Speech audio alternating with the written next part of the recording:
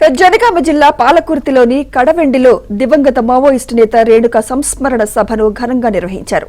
ఈ సందర్భంగా రేణుక చిత్రపటానికి పలువురు కవులు, కళాకారులు, విప్లవ రచయితలు, పౌర సంఘాల నేతలు పూలమాలలు వేసి నివాళులర్పించారు. అనంతరం రేణుక తల్లిదండ్రులు, పౌర సంఘాల నాయకులు ఆమె జ్ఞాపికలను గుర్తు చేసుకున్నారు. దీనిపై మరింత సమాచారం మా ప్రతినిధి నవీన్ అందిస్తారు. ఛత్తీస్గఢ్ ఎన్కౌంటర్లో చనిపోయినటువంటి మావోయిస్టు ఛత్తీస్గఢ్ దండకారణ్య కమిటీ సభ్యురాలు రేణుక సంస్మరణ సభ జరుగుతోంది. ఈ సభకు పెద్ద ఎత్తున కవులు, కళాకారులు వీళ్ళందరూ వచ్చారు. స్థానిక ప్రజలు తరలి వచ్చినటువంటి దృశ్యాలు మనకు కనిపిస్తూ ఉన్నాయి.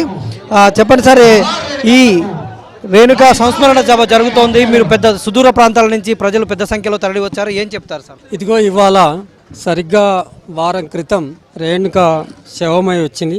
వేలాది మంది తరలి వచ్చిండ్రు. ఇవాళ సంస్మరణ సభ నిర్వహించుకుంటున్నారు. కుటుంబీకులు, బంధుమిత్రులు వీళ్ళందరూ కలిసి ఈ సభలో మాట్లాడటం కోసం వచ్చాము ఇక్కడికి.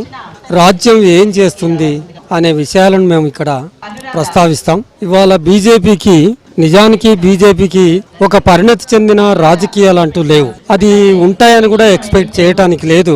అది ఆర్ఎస్ఎస్ వదిలిన ఒక ఆయుధం. అది రాజకీయాలు కాకుండా రాజకీయాలను చేతిలోకి తీసుకొని, అధికారానికి చేతిలోకి తీసుకొని ఎట్లా మతతత్వాన్ని ముందుకు తీసుకెళ్లాలి. మతతత్వం అంటేనే ఫాసిజం ముందుకు తీసుకెళ్లడం కోసం ప్రధానంగా వచ్చిన ఇది బీజేపీ అనేది అధికారం చేదిక్కిన తర్వాత తనకు కనబడేది రాజకీయాలు కాకుండా రేణుక ఎవరు, రేణుక